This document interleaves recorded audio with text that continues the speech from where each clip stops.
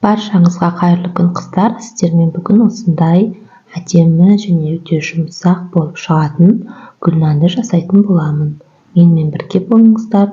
Видеоны соңына дейін көріп, маған қолдау білдіріп отырыңыздар. Ең алдымен ыдысымызға сүтімізді, оның үстінен суымызды және қантымызды салып, жақсылап қант ерігенше араластырып алатын боламыз. Барлығы жылы болуы қажет. Одан кейін үстіне қаймағымызды саламыз, оның үстінен сұйық майымызды құямыз, тұзымызды және ашытқымызды салып, барлығын біркелкі масса шыққанша венчиктің көмегімен жақсылап араластырып аламыз. Видеода көрсетілгендей осылай араластырамыз. Електен өткен ұнымызды үстінен салып, жақсылап қамырымызды илейміз. Бізде қамырымыз өте жұмсақ болып шығады, бірақ қатты қолға жабыспайды.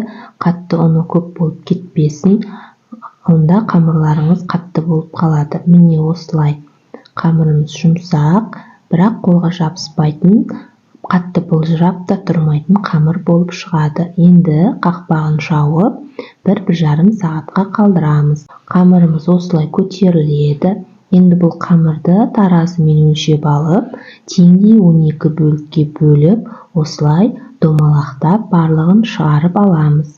Домалақтап болғаннан кейін форманы алып, видеода көрсетілгендей гүл тәріздес пішінде қамырларымызды орналастырамыз. Мен осылай 2 формаға орналастырдым.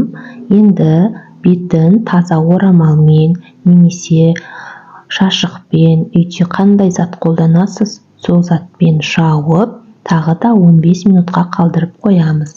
Міне 15 минутта осылай қамырымыз тағы да көтеріледі. Енді үстіне жұмыртқаның тек сарысын бөлек алып, осылай жағып шығамыз.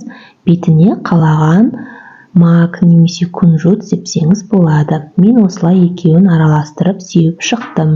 Нанымыз осылай пешімізде көтеріледі.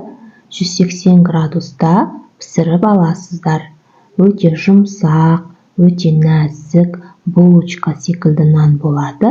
Сіздер де жасап көріңіздер, менімен бірге болыңыздар. Менің келесі видеоларымда кездескенше, сіздермен бірге болған әдемі.